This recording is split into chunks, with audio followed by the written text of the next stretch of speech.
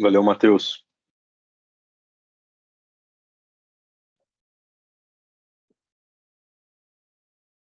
Boa tarde, turma. Tudo bem? Vamos para mais uma revisão aí hoje de Direito Internacional, né? Ontem foi de Direito Empresarial, hoje mais uma revisão da matéria de Direito Internacional. Beleza? Bom, a última aula, né, gente? Eu falei sobre organizações internacionais, expliquei o que é, né? E expliquei também sobre a ONU, né? Que é a única organização internacional de vocação universal, né? Expliquei a diferença entre organizações internacionais de vocação universal, organizações internacionais especializadas de vocação universal e as de vocação regional, né? Então, hoje nós iremos dar continuidade aqui no material. Deixa eu compartilhar a tela para vocês.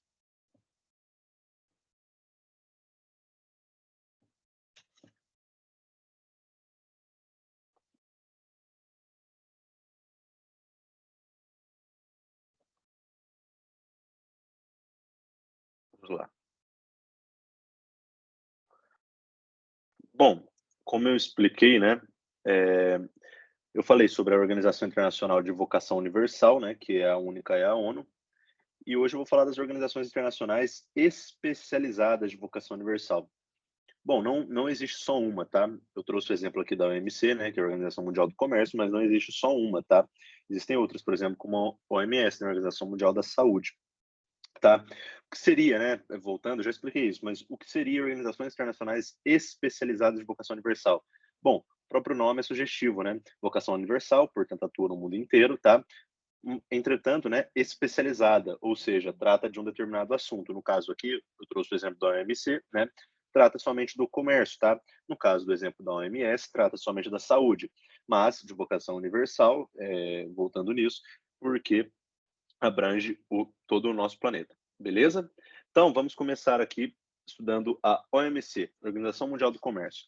Gente, trouxe um material bem didático aqui hoje, tá? E ele é totalmente autoexplicativo, beleza?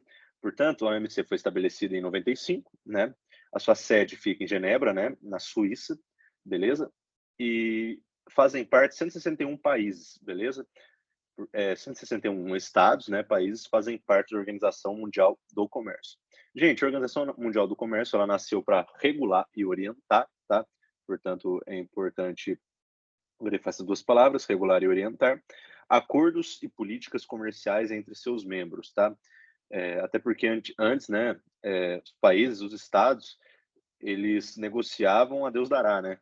Como o ditado popular diz, sem nenhuma regra, sem seguir termos, né? E a OMC surge para isso, para regular, né? Orientar esses acordos comerciais, beleza? Entre os membros, né? Um de 161 membros, beleza? Gente, agora é interessante falar sobre o GATT aqui, né? Em inglês, a tradução dele é em inglês, né? General Agreement on Tariffs and Trade, né? E o GATT nada mais foi do que um tratado, tá?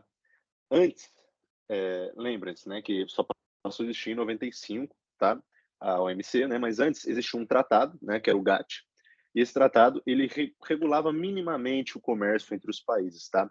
Mas ele estabelecia o livre comércio, dava aos estados, né, aquela amplitude, aquela liberdade para negociar entre si, beleza? Mas com essa liberdade, juntamente com essa liberdade, né, entre os assinantes desse tratado, ele harmonizava de alguma maneira as políticas, né, de comércio, ou seja, estabelecia algumas regras, tá?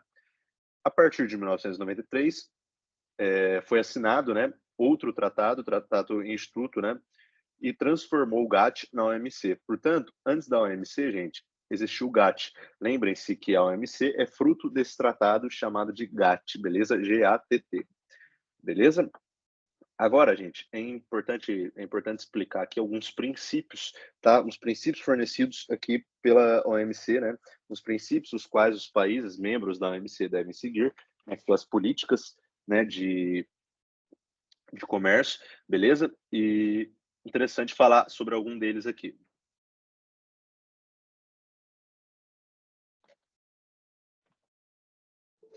Voltando.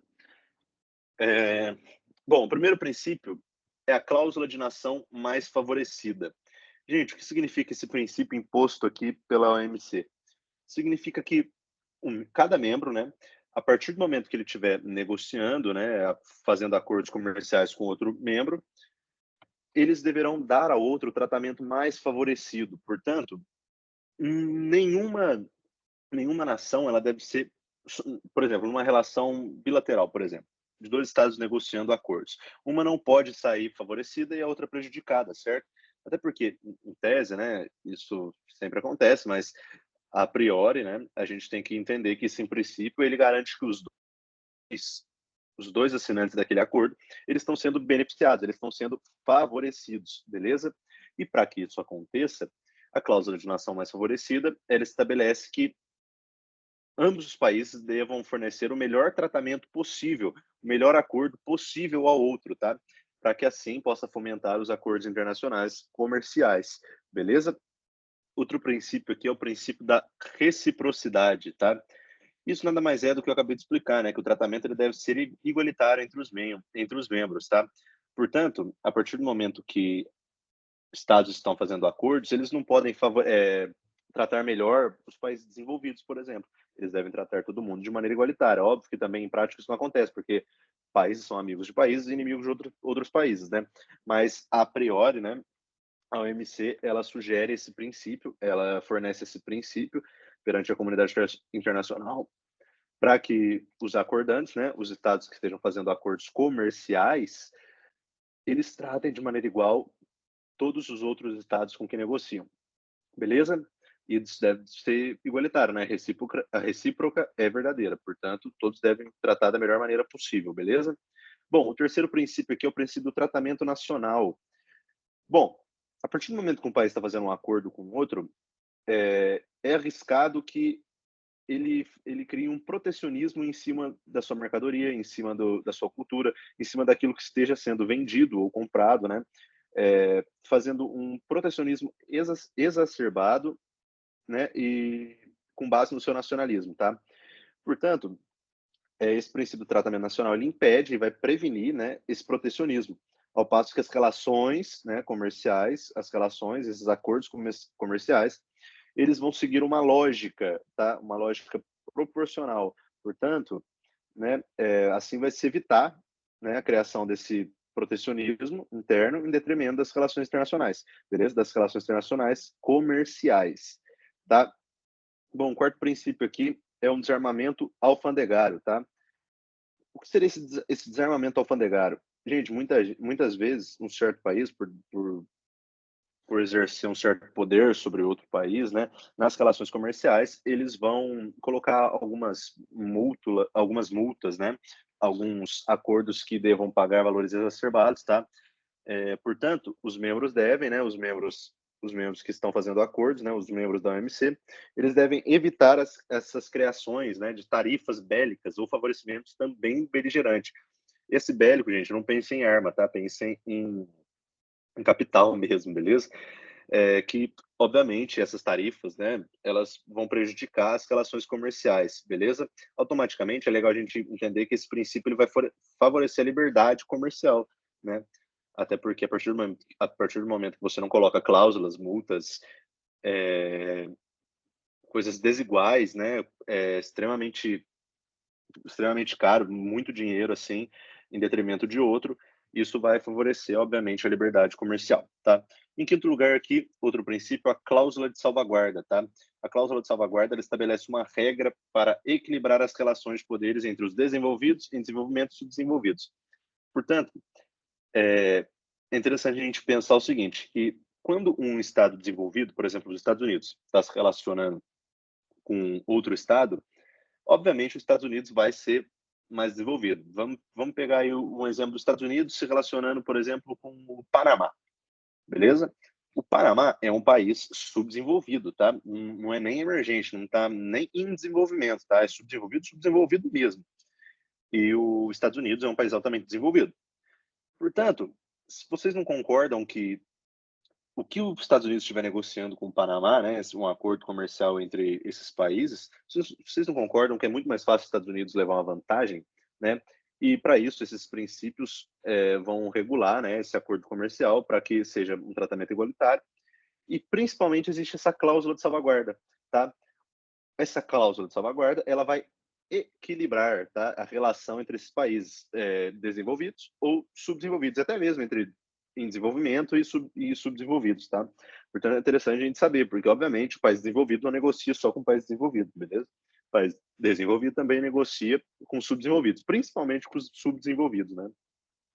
Bom, terminando aqui a Organização Internacional Especializada de Vocação Internacional, agora a gente vai para organizações internacionais de vocação regional, beleza? Bom, um exemplo clássico aqui, que vale trazer no material, é o Mercosul, tá? Mercado Comum do Sul, beleza? O Mercosul é uma organização internacional de vocação regional. Recapitulando o que seria a Organização Internacional de Vocação Regional. Organização internacional, né? Obviamente, não é sugestivo, mas de vocação regional. Reparem que não tem aqui especializada de vocação regional, somente vocação regional. Não tem especializada porque trata de vários assuntos, né? Infinitos assuntos, beleza? Mas de vocação regional porque abrange uma certa região. No caso, a ideia é pegar o Cone Sul aqui na América do Sul, né? Mercosul.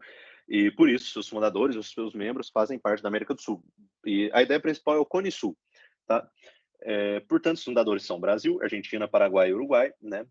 O Chile não é, tá, membro, muita gente confunde, mas não é membro, o Chile é um associado, que a gente vai ver mais à frente, mas os fundadores são esses, tá? Brasil, Argentina, Paraguai e Uruguai, tá? O objetivo, gente, nada mais é do que a criação de um mercado comum. Você criando um mercado comum, né, harmonizando a economia desses membros, dos membros, né, automaticamente esses membros vão se desenvolver em pé de igualdade, beleza? Um não vai se desenvolver mais que o outro vai, óbvio, vai ter suas diferenças e tal, mas quando se fala em grandes proporções, né, esses membros vão se desenvolver de maneira igualitária, todos vão se desenvolver, tá? Por quê? Porque houve essa criação desse mercado comum, houve esse planejamento, houve essa harmonização, né, na economia da região, beleza? Portanto, o objetivo é fazer com que os membros se desenvolvam, né? Como? Se desenvolvam através da harmonia econômica entre os países membros, tá? Porque foi criado um mercado comum, tá? E o nome diz isso, né? Mercado Comum do Sul, beleza? Foi criado através do Tratado de Assunção, né? Assinado em 91 por esses países, Brasil, Argentina, Paraguai e Uruguai, tá? Gente, é interessante falar que até 2012, tá? Eram membros do Mercosul ainda os seus fundadores, tá? Somente os seus fundadores, Brasil, Argentina, Paraguai e Uruguai. Todavia, né, em 2012, né, com grande pressão do Brasil, beleza? A Venezuela passou a fazer parte, né? A Venezuela passou a fazer parte, com grande pressão do governo do PT, né? No Brasil, a Venezuela passou a fazer parte do Mercosul, beleza? Está em processo de adesão à Bolívia desde 2012, quando a Venezuela foi aceita pelos outros membros, né? Para ser aceita, gente, é necessária a concordância de todos os membros, do Brasil, do Paraguai e do Uruguai, tá? E a Venezuela foi em 2012, teve a concordância, né, de todos os membros, com grande pressão do Brasil. Mas, enfim. E aí está em processo de adesão à Bolívia, que ainda não foi aceito, se eu não me engano, falta a concordância do Paraguai, tá? Eu não tenho certeza se é do Paraguai, mas eu acho que é do Paraguai, não falta a concordância do Paraguai para que a Bolívia seja aceita, beleza? E a partir do momento que esse último país concordar que a Bolívia seja aceita no Mercosul, a Bolívia vai passar a fazer parte do Mercosul. Então tá desde 2012 aí nisso. Entra ou não vai entrar? Vai entrar ou não vai entrar? Mas até agora não teve a concordância de todos os países, tá? E caso seja ratificado por todos, né, por todos os membros, né, pelos membros, será o sexto membro do bloco. Ah, falei bobeira, lembrei por que a Bolívia não está ainda no Mercosul, tá? Porque para fazer parte do Mercosul é aquilo que eu falei, né? Para fazer parte do Mercosul, gente, é necessário que todos os membros, todos os estados, eles concordem com aquilo, tá? E falta a concordância da Venezuela, tá? Argentina, Brasil, Paraguai e Uruguai já concordaram, mas falta a concordância da Venezuela e eu vou explicar por quê, tá? Aqui existem alguns estados associados, né? Chile, Peru, Colômbia, Equador, Guiana e Suriname, tá? Os estados associados, eles não fazem parte do Mercosul, mas eles estão envolvidos também, e por isso estão nesse mercado comum, obviamente, e também pretendem se desenvolver através desse mercado comum, tá? Mas não são membros, ou seja, não podem votar, participar, são estados associados, tá? Que sofrem as consequências, mas não têm as grandes responsabilidades, os grandes benefícios de ser membro, beleza? Gente, é interessante falar que em 2017 a Venezuela ela foi suspensa, tá? Não excluída do Mercosul, mas foi suspensa. Por que a Venezuela foi suspensa em 2017? Foi assinado, foi assinado um protocolo, um tratado chamado Protocolo de Ushuaia. Tá? O que seria esse Protocolo de Ushuaia? É um tratado no qual o seu artigo 7º ele prevê o seguinte, que os países do Mercosul devem todos ser democráticos, devem todos, em todos esses países devem vigorar a democracia, beleza? Entretanto, né, a gente sabe, não é novidade para ninguém, que a Venezuela está passando por um momento de ditadura, né? A democracia da Venezuela está totalmente enfraquecida, não está vigorando, né, com o Nicolás Maduro. Portanto, a Venezuela em 2017 foi suspensa por conta desse protocolo de Ushuaia, que prevê que os países do Mercosul devem ser democráticos. A partir do momento que eles não são democráticos, devem ser suspensos e até excluídos. Mas a Venezuela está suspensa, tá? Agora, com o governo Lula, pode ser que a Venezuela volte? Pode ser que a Venezuela volte, né? Mas ainda não voltou. Mas, enfim, a Venezuela está suspensa por não vigorar a democracia em seu território, tá? Não é novidade para ninguém, que lá ele manipula tudo. Enfim, é uma ditadura Venezuela, beleza? Portanto, está suspensa do Mercosul, beleza? E é por conta disso que a Bolívia ainda não entrou, entendeu? A Bolívia ainda não entrou porque, como é necessária a concordância de todos e a Venezuela está suspensa, a Venezuela não pode concordar ou recusar, entendeu? A Venezuela, ela só vai concordar a partir do momento que ela voltar. Agora, se a Venezuela for expulsa, aí sim, como já há a concordância dos outros 4, a Bolívia pode entrar. Mas como a Venezuela está suspensa no momento, ela não tem esse poder de voto, ela não tem esse poder de dar anuência para a Bolívia entrar. Portanto, por isso que a Bolívia ainda está em processo de adesão desde 2012, tá? Que foi quando a Venezuela foi suspensa. Foi suspensa não, quando a Venezuela entrou, mas como foi suspensa em 2017,